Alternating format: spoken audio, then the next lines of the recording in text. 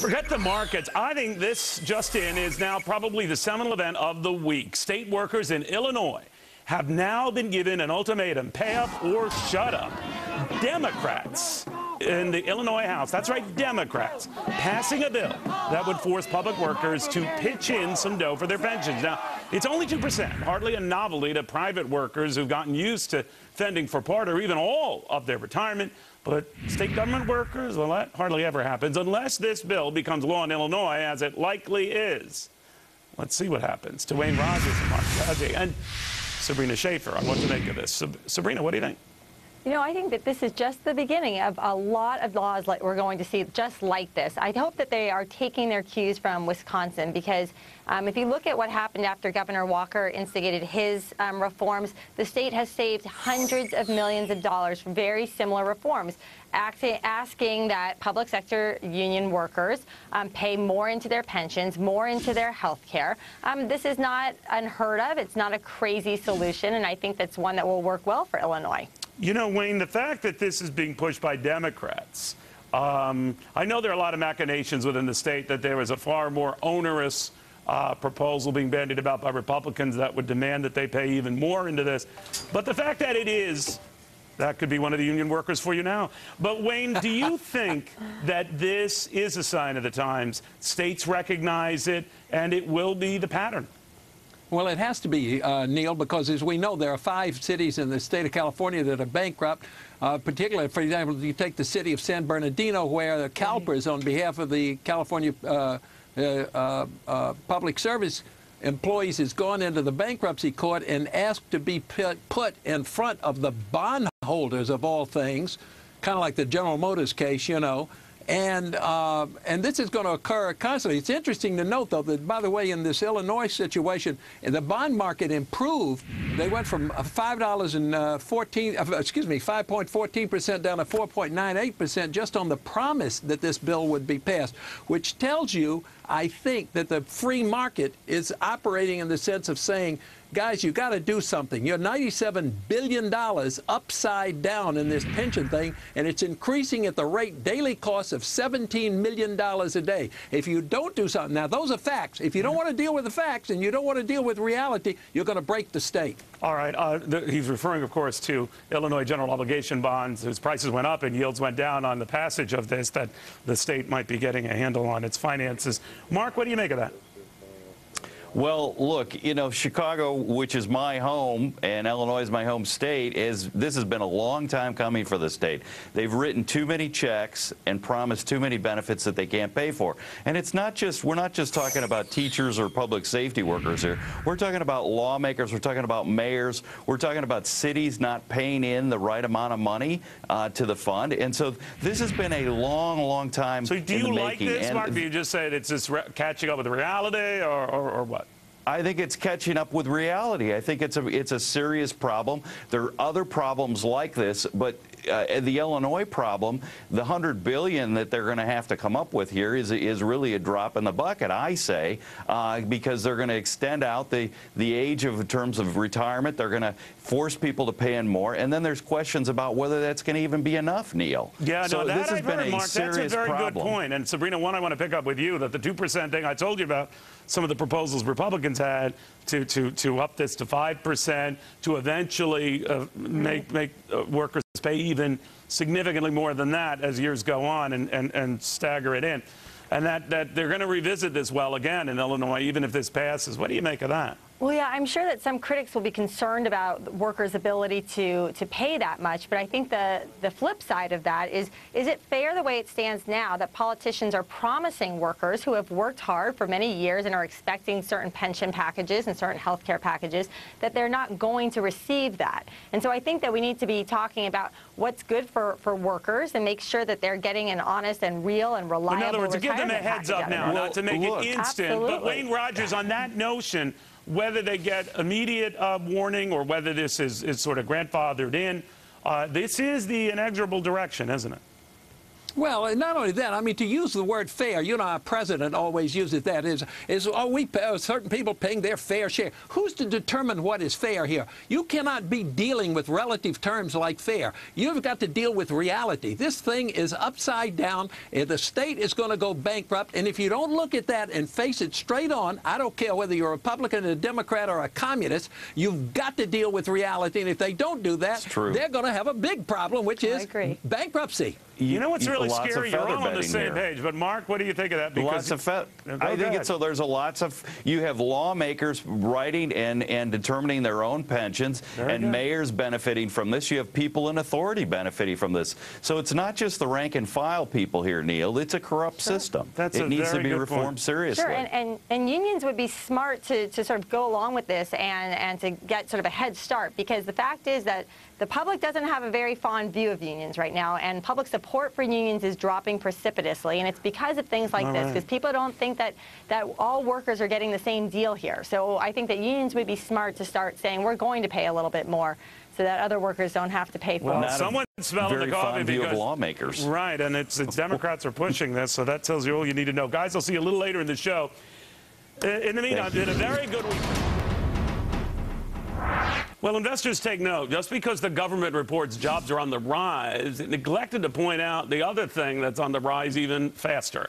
All those rules and regulations for the folks who are doing all this hiring. According to one study, nearly $70 billion worth of such rules and regulations from the Obama administration. Is our panel worried about the impact all that red tape could eventually have on all these green market signs? Let's ask Sabrina Schaeffer, again with Wayne Rogers and Mark Tajik. Mark, what do you think? Well, you know, look, there's cost of regulation, that's true, but there's also costs related to a free market. I mean, the financial meltdown costs us $22 trillion. So if we're going to spend, if you believe the Heritage Foundation's numbers, $70 billion to correct a $22 trillion problem, I don't think that's a lot of money, Neil. Assuming it's targeted and well spent. Wayne Rogers? Well, first of all, the financial meltdown was not the cause of Congress's passing getting rid of the Glass-Steagall bill. That was the dumbest thing in the world. So that was a cost that the Congress could do. By the way, you got your encyclopedia about separated banking from investment banking and the like, and that doing so led to the chicanery. But go ahead. Correct. Anyway, but the cost, no one knows some of these costs. For example, in the new bill on Obamacare, there's 17,000 times in the bill itself that they refer this to, that the rules and regulations are going to be written by the Secretary of Health and Human Services. That's 20,000 pages of regulations stacked up. They'll be over 7 feet tall. And nobody knows what's that going to cost. They could sit there and estimate all day long. There is no way to determine that. So it's an outrageous thing. Once again, the federal government, out of control, doesn't know what they're doing, pass a law, nobody reads it, and bingo, all of a sudden it's going to cost a lot, and everybody starts screaming. Well, Sabrina, that's what I always worry about. Good intentions are rampant in Washington. I take nothing away from that. I do often find the cure worse than the disease it's supposedly addressing. I'm worried about that. Absolutely, and I think Wayne is onto something really important, which is that we are seeing, a regulation without representation. All of this is taking place by unelected lawmakers. Just to put it in perspective, in 2011, Congress passed and the president signed 81 bills, but 3,800 regulations and rules were passed by the federal agencies. So this is very concerning in terms of the size and the scope of the federal government. It's not simply the economic cost on American businesses and families. Well, would you say then, Sabrina, that by your definition, I mean, Washington shouldn't get involved at all? I mean, what is overkill? Now, I know 2 to 3, new rules and regulations every day, whatever the figure is, and then it just pile on to pile on to pile on.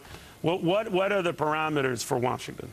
Well, it's hard to know, right? The White House just released a report that said that the costs were only around $19.5 billion. Heritage says $70 billion.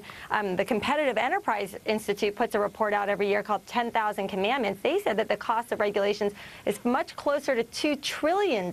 So, I mean, this is a hidden tax. And, where do we draw the line? I think a lot of Americans would say some regulatory costs are okay if it means that our water is protected or if, it keeps us safer in some way. But I think this is going way beyond what most Americans would deem reasonable and responsible government.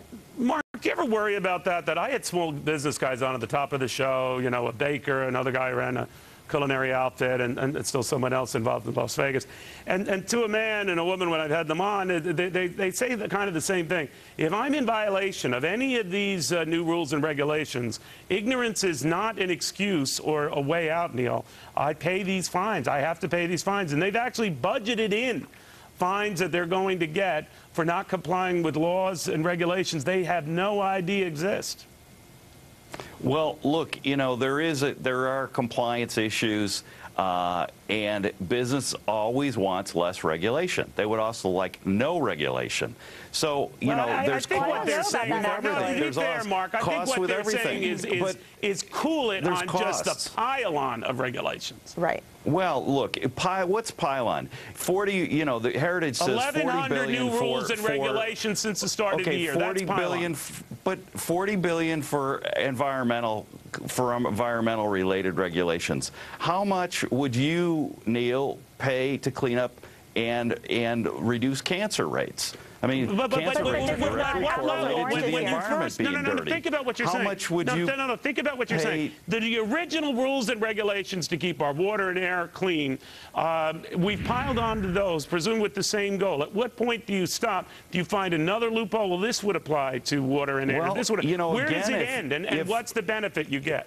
It's a good question, but I mean, a lot of this is because of business lobbyists trying to rewrite. Well, I mean, the business lobbyists are losing. Wayne Rogers, my point is, if that's the case, they're losing. What do you think of that? They've watered down a lot of the legislation. I think, excuse me, I think you're onto something even more fundamental, and that is that the shift is that the people who are elected do not read the bills. Max Baucus said the other day in a press conference, it's hard to believe this, somebody asked him, did you read the bill?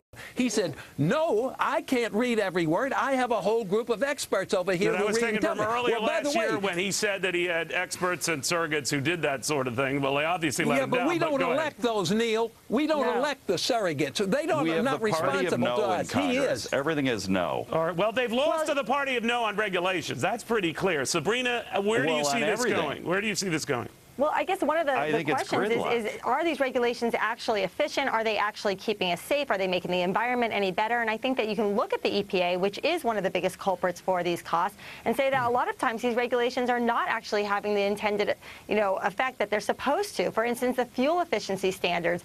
People were praising the EPA for this, but the fact is that car companies just responded by making less safe cars, lighter weight cars. So sometimes these regulations are having unexpected costs, not just on the economy, but on the safety of Americans.